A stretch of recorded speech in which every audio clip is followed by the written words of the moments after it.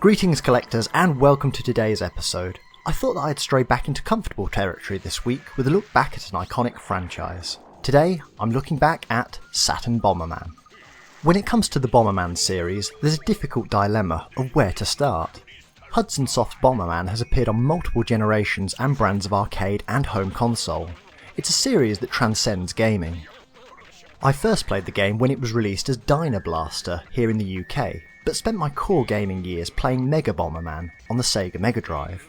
I liked the series so much that I even bought Neo Bomberman for my arcade machine. Today I've chosen to look back at the Sega Saturn release, as it has a good range of features to show off and one of the better entries in the series in my opinion. It also has the original Japanese score and sound effects still intact. The game is split into two distinct modes, what's known as the normal game and the battle game. The normal game sees you placing bombs to destroy destructible scenery, the aim being to destroy the pylons on each stage. Throughout the level there are various enemies to blow up too, should they cross your path. Destroying all of the pylons unlocks the next stage exit. Occasionally destroying a block will uncover a power-up. These take many forms, but an extra bomb and increased bomb firepower are the main two. These allow another level of tactic when chaining bomb explosions together. Other power-ups allow Bomberman to push the bombs in various ways, or remotely detonate. From time to time you will also find eggs. Crack one of these open and you can jump on the Louie, a creature that can be ridden and has its own ability, such as jumping. These creatures also function conveniently as an extra hit point should you need to use a suicide tactic to destroy an enemy. After the main stages you will encounter a boss fight. These typically entail chaining bombs together whilst moving in and out of danger. These can be great fun and a real change of pace from the standard levels. Between the stages, the game is well bookended with anime interludes. It adds that extra level of class to the game.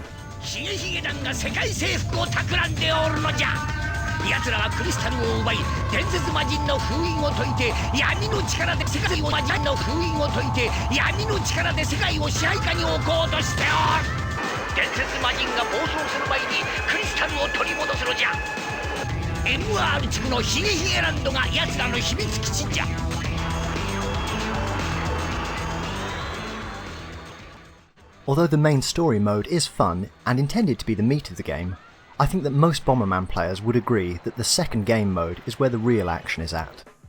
Battle mode allows you to fight friends on a single screen in an all-out bombing war. You can select from a number of bombing arenas and character options. Other Hudson characters such as Bonk and Adventure Island characters also make an appearance. Make sure that you've got plenty of friends, as Saturn Bomberman supports up to 10 players. Yes, that's 10 human players with the help of the special Bomberman multi-tap. The sprites are reduced in size, but the spectacle of a 10-person battle royale is really something quite spectacular.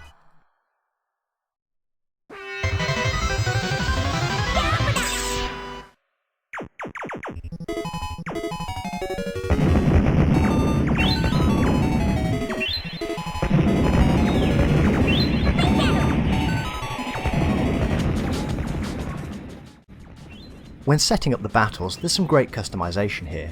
You can opt for the all against all scenario, or build competing teams. The teams can be of any size, so there's a great number of options to explore.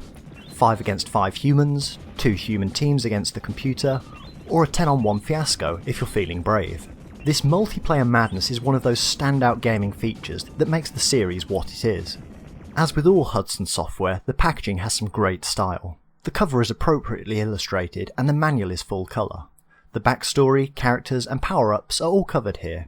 It's all very fun and friendly. In terms of a verdict, I'd say that Saturn Bomberman sits somewhere near the top end of the better games to play in the series.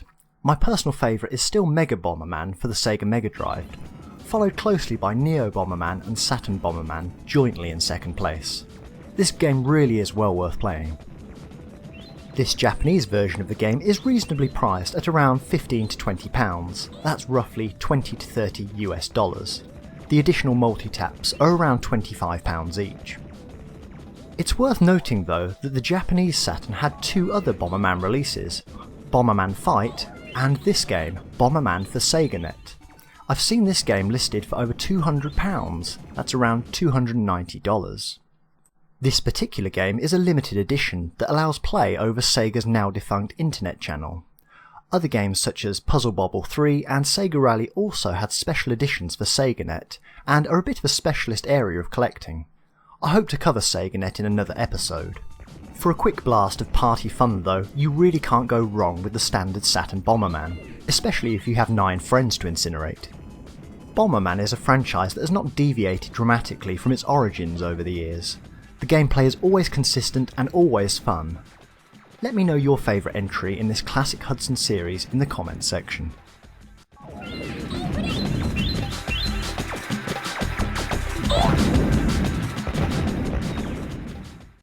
Hello again, I hope you enjoyed today's show and thank you for the view. Remember, you can always comment, like, subscribe and find us on the social media sites below. Happy collecting!